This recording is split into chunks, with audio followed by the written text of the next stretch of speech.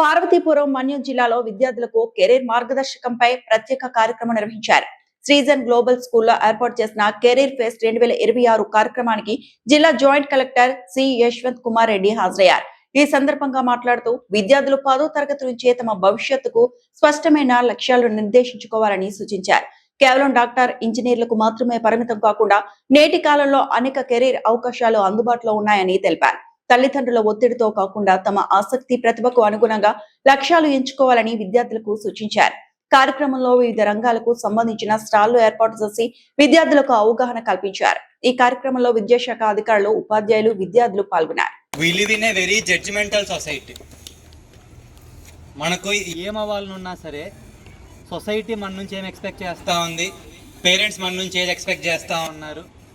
ఇంజనీరో, డాక్టరో, government ఎంప్లాయీనో అదైతేనే పిల్లలు successful అయినట్లు, వాళ్ళని పెంచడంలో పేరెంట్స్ సక్సెస్ఫుల్ అయినట్లు అని చెప్పేసి మన సొసైటీ క్రియేట్ చేసిన ఆ image. So many people will succumb to it, but she has stood for her self. తను ఏదైతే అవ్వాలనుకుందో అది చెప్పింది. అది ఆ థాట్ లోపల ఉంటాం ఒకటి, మనసులో ఉంటాం ఒకటి, దాన్ని ఎవరేమనుకుంటారని ఆలోచించకుండా బయటికి చెప్పడం ఇంకోటి. సో డిగ్నిటీ ఆఫ్ లేబర్ అని చెప్పేసి విన్నారా మీరు ఎవరన్నా పదం? ఏంటి, ఏం చెప్తుంది అది? మీ స్కూల్లో అందరికంటే ఎక్కువ రెస్పెక్ట్ ఎవరికి ఇస్తారు మీరు? టీచర్ కంటే ఎక్కువ రెస్పెక్ట్ ప్రిన్సిపల్కి ఇస్తారు. సో మీ స్కూల్లో లోయెస్ట్ స్టాఫ్ అంటే ఎవరి పేరు గుర్తొస్తుంది మీకు?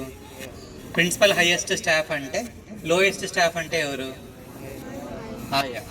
సో డిగ్నిటీ ఆఫ్ లేబర్ అంటే ఏంటి అంటే, ప్రిన్సిపల్ చేసే జాబ్ ఎంతైతే ఇంపార్టెంటో ఆయా చేసే జాబ్ కూడా అంతే ఇంపార్టెంట్. ఆయా అమ్మ పొద్దున్నే వచ్చి నీట్గా క్లీన్ చేయకపోతే మీరు క్లాస్లో కూర్చొని చదువుకోగలరా?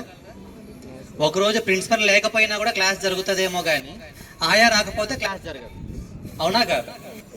సో డిగ్నిటీ ఆఫ్ లేబర్ అంటే ఏ జాబు ఎక్కువ కాదు, ఏ జాబు తక్కువ కాదు,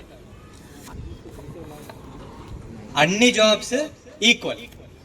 అది డిగ్నిటీ ఆఫ్ లేబర్ అంటే. ఫస్ట్ థింగ్ మీరు మైండ్లో పెట్టుకోవాల్సింది, ఐఏఎస్ చెప్తేనే మంచిది, ఐఏఎస్ చెప్తేనే నేను మంచి జాబ్కి ఆస్పైర్ చేసుకున్నట్లు, లేకపోతే ఇంజనీర్, డాక్టరే చెప్పాలని ఏం లేదు. Any job is good, any job is fine. Only thing your heart should be there in that job.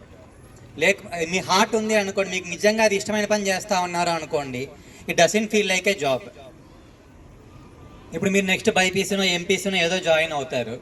Join అయిన తర్వాత మీకు ఇష్టమైన కోర్సు అనుకోండి, కొంచెం చదవాలనిపిస్తుంది.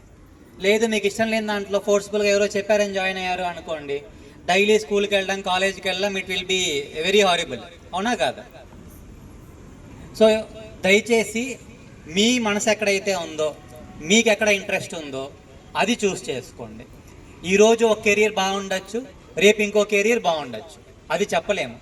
ఈరోజు ఒక కెరీర్ టాప్లో ఉండొచ్చు, maybe 10-15 years down the line ఆ కెరీర్కి అసలు ఇన్కమ్ లేకుండా అయిపోవచ్చు.